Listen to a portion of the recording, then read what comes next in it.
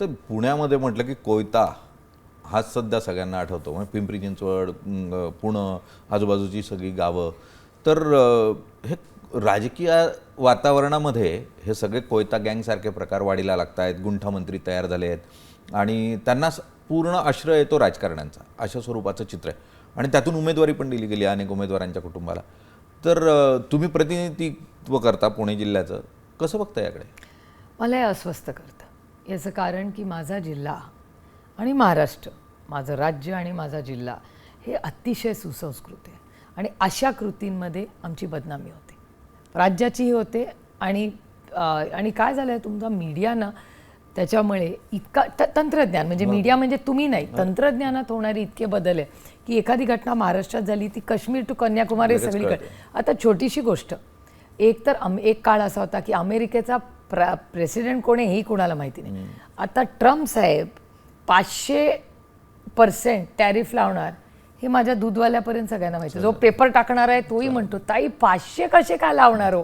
म्हणजे तंत्रज्ञानातला बदल. मला आनंद आहे की त्याच्यामुळे माहिती सगळी सर्क्युलेट. त्यामुळे दिल्लीत पण सगळे म्हणतात अरे महाराष्ट्र में क्या हुआ, ये कौन है कोयता गँग.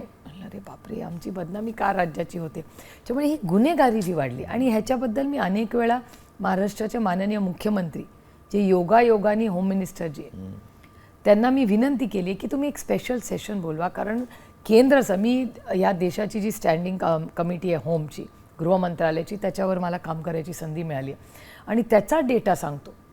हे डबल इंजिनचं सरकार आहे, इथे पण त्यांचंच आहे, दिल्लीला आहे. त्याच्यामुळे मी टीका करत नाही, मी फॅक्च्युअल डेटा सांगते.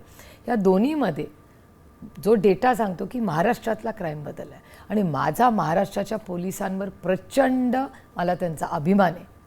कारण हीच शेतकऱ्यांची मुलं आहेत जी आज पोलीस यंत्रणेत आहे. म्हणजे कुठेही गेलं की पटकन एक म्हणतो अरे ताई मी जालन्याचा आहे, मी नागपूरचा आहे, मी नंदुरबारचा आहे, मी बारामतीचा आहे, मी इंदापूरचा आहे.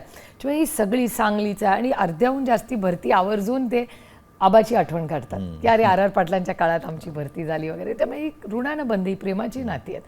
तर ह्या पोलीस यंत्रणेला झालंय तरी काय, हेच ते पोलीस आहेत, आपलेच पोलीस आहेत.